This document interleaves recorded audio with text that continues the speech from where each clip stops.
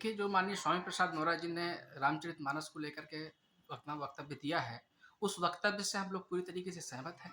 चूँकि उस जो रामचरितमानस में लिखा हुआ है, गोस्वामी तुलसीदास ने जो लिखा है, उससे आदिवासी, दलित, पिछड़े वर्ग के लोगों की भावनाएँ आहत हुई हैं। इसलिए हम लोगों ने उन चौपाइयों को या तो हटा दिया जाए या रामचरितमानस को पूरी तरीके से बैन कर दिया जाए, ऐसी माँग सरकार से हम लोगों ने रखी है। तुलसीदास जी ने लिखा है कि पूजहि विप्र शील गुणहीना, शूद्र न गुणगन ज्ञान प्रवीणा। अब ब्राह्मण चाहे मूर्ख हो, बेवकूफ हो, किसी काम का ना हो, नकारा हो, वो पूजनीय है। लेकिन शूद्र चाहे विद्वान हो, कितना भी पढ़ा लिखा क्यों ना हो, ज्ञान का उसके पास में भंडार हो, पर वो पूजनीय नहीं है। शूद्र कह करके आखिरकार वो किसको अपमानित कर रहे हैं? वर्ण व्यवस्था के आधार पर ब्राह्मण, क्षत्रिय, वैश्य और शूद्र 4 वर्ण होते हैं। शूद्र में संपूर्ण आदिवासी, पिछड़ा, दलित पूरा आता है।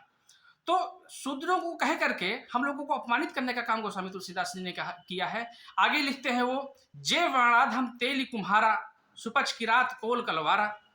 अर्थ होता है कि जो वर्णों में अधम है, नीच है, वो तेली, कुम्हार, सुपच, किरात, कोल, कलार, ये सब जातियां हैं।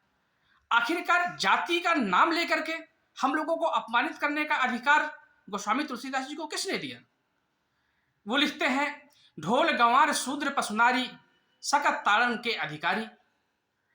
पशु तो समझ में आता है, पर शूद्र और नारी, नारी चाहे किसी भी जाति, धर्म, वर्ग की हो, वो प्रताड़ित करने की अधिकारी है। शूद्र चाहे कितना भी विद्वान क्यों ना, उसको प्रताड़ित करने का अधिकारी है वो।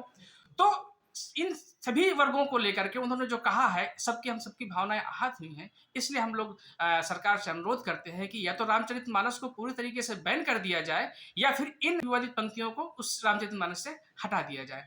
जिस तरीके से हमको किसी को गाली देने का अधिकार नहीं है, इसी तरीके से हम भी समझते हैं कि हमें भी कोई गाली न दे, उसको अधिकार किसने दिया हम लोगों को गाली देने का? इसलिए गाली को हम लोग धर्म नहीं मान सकते हैं, गाली को हम लोग अपनी धार्मिक पुस्तक नहीं मान सकते हैं, इसलिए हमारा पुरजोर इस पे विरोध है। अब महत्वपूर्ण बात यह है कि जब वो संपूर्ण आदिवासी, संपूर्ण दलित, संपूर्ण पिछड़े वर्गों की उपेक्षा की गई है, उनको गाली लिखी गई है इस किताब में, तो आखिरकार भावनाएं, हमारी भावनाएं कोई भावनाएं नहीं है। हम लोग भी तो तथाकथित रूप से हिंदू ही कहलाए जाते हैं। तो क्या हम लोगों की भावनाएं आहत नहीं हुई? किस हिंदू की भावना आहत हो रही है? मैं समझता हूं कि शायद जो धर्म के ठेकेदार हैं हिंदू धर्म के, वो मुश्किल से 5% लोगों को ही हिंदू मानते हैं। आदिवासी, दलित और पिछड़े वर्ग के लोगों को हिंदू नहीं मानते हैं, इसलिए हम लोगों को अपमानित करने का काम किया गया है।